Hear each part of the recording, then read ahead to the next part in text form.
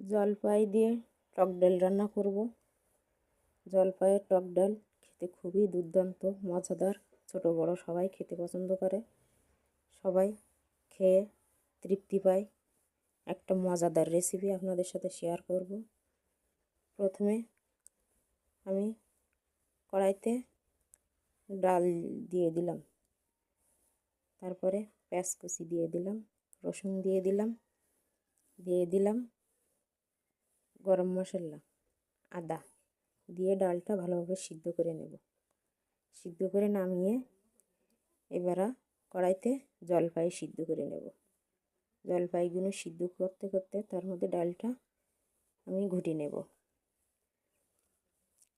জলপাই সিদ্ধ হয়ে গেছে, জলপাইটা নামিয়ে আমি আটিগুলো আলাদা করে নেব আর জলপাইগুলো গোটা ডালের সাথে দিয়ে সুন্দর করে আবার ডালগুলো ঘুটবো। ঘুটে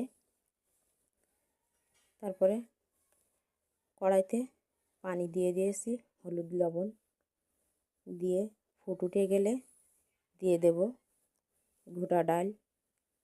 গোটা ডাল ভালোভাবে ফুট উঠে গেলে নামিয়ে দিয়ে দেব কড়াইতে দিয়ে দেব তেল, পেঁয়াজ কুচি,